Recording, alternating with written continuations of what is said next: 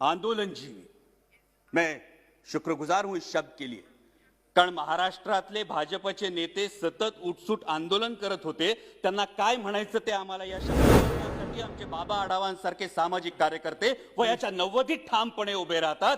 ते मात्र महाराष्ट्राचा अभिमान है. लेकिन मैं पूछना चाहूंगा सर आपके माध्यम से कि जिस देश के स्वतंत्रता की बुनियाद ही आंदोलन हो, उस देश में इस बात का प्रयोग कैसे किया जा सकता है? सिर्फ इसमें अभिभाषण में केंद्र और राज्य की सरकारों के बीच कोऑर्डिनेशन की भी बात की गई. माननीय minister of finance state Anurag ji यहां उपस्थित है. मैं आपका ध्यान आकर्षित करना चाहूंगा कि महाराष्ट्र की सरकार को जीएसटी की 25,000 करोड़ की राशि प्रदान होना बाकी है. उस पर अविलंब विचार किया जाए. राष्ट्रपति जी ने अपने अभिभाषण में युवाओं के रोजगार की बात की. इस सरकार ने सपना दिखाया था कि सालाना 2 करोड़ युवाओं को रोजगार मिलेगा.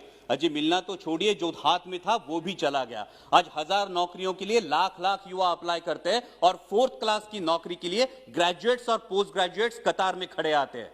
पहले नीम और अब नेशनल अप्रेंटिस जैसे प्रोग्राम, ये जो नीतियां हैं, ये देश के युवा वर्ग के लिए शोषण व्यवस्था साबित हो रहे हैं. क्योंकि पहले नौकरी लग जाती है, फिर माँ बाप शादी कर देते हैं और 2 साल में कंपनी ब्रेक दे देती है ताकि उसको परमानेंट ना करना पड़े और युवा के भविष्य में अंधेरा छा जाता है. इसलिए इन युवाओं के आक्रोश को समझे और इन नीतियों पर पुनर्विचार हो. इस अभिभाषण में और एक बहुत अच्छी बात की गई, वो है आत्मनिर्भर भारत की. जब हम सबने सुना था कि देश को बिकने नहीं देंगे तो हर किसी को गर्व महसूस हुआ था. लेकिन शायद उसके बाद OLX का विज्ञापन कुछ ज्यादा प्रभावशाली साबित हुआ और वो नीतियों में भी दिखने लगा. बेच डाल, BPCL बेच डाल, BSNL बेच डाल, एयरपोर्ट्स बेच डाल, सीपोर्ट्स बेच डाल. अब डर लगने लगा है कि यह आत्मनिर्भर भारत की बात हो रही है या फिर चुनिंदा पूंजीपति निर्भर भारत की. मैं सचेत करना चाहूंगा कि इस प्रकार से मुक्त अर्थव्यवस्था के आड़े में अगर हम क्रूनी कैपिटलिज्म को बढ़ावा देकर देश के संसाधन चुनिंदा पूंजीपतियों के हाथ में सौंप दे तो देश की आने वाली पीढ़ियां हमें कभी माफ नहीं करेंगी. इसमें राष्ट्रपति जी के अभिभाषण में किसानों की योजनाओं की बात की गई. लेकिन आज जो हमारे अन्नदाता, हमारे किसान भाई दिल्ली की सरहदों पर आंदोलन कर रहे हैं, जिसमें 200 से भारतीय, मैं भारतीय कहूंगा, 200 से भारतीय शहीद हुए, उनके प्रति कोई संवेदना इस अभिभाषण में नहीं दिखाई दी. यह आश्चर्यजनक है.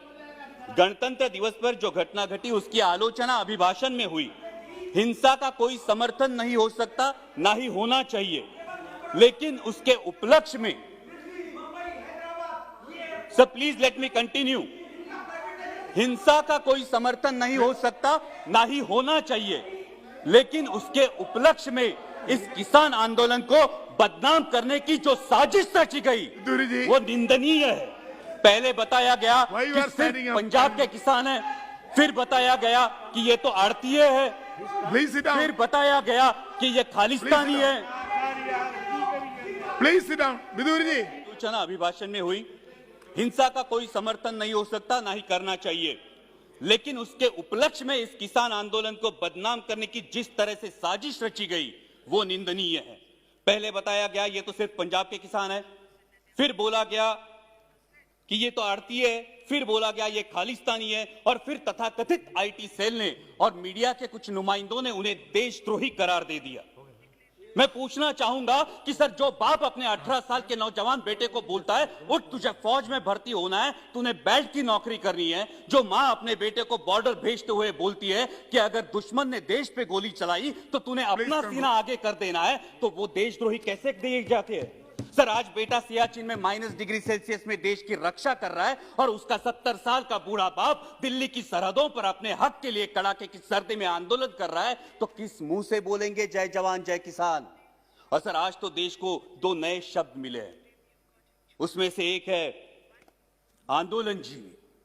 मैं शुक्रगुजार हूं इस शब्द के लिए, कारण महाराष्ट्रातले भाजपचे नेते सतत उठसूट आंदोलन करत होते. त्यांना काय म्हणायचं ते आम्हाला या शब्दामुळे कळलं. पण ज्या कष्टकरी वर्गासाठी आमचे बाबा आढावांसारखे सामाजिक कार्यकर्ते व याच्या 90 ठामपणे उभे राहतात, ते मात्र महाराष्ट्राचा अभिमान है। लेकिन मैं पूछना चाहूंगा सर आपके माध्यम से कि जिस देश की स्वतंत्रता की बुनियाद ही आंदोलन हो, उस देश में इस बात का प्रयोग कैसे किया जा सकता है? सिर्फ 1 मिनट में कंक्लूड करूंगा सर। यहां पे कई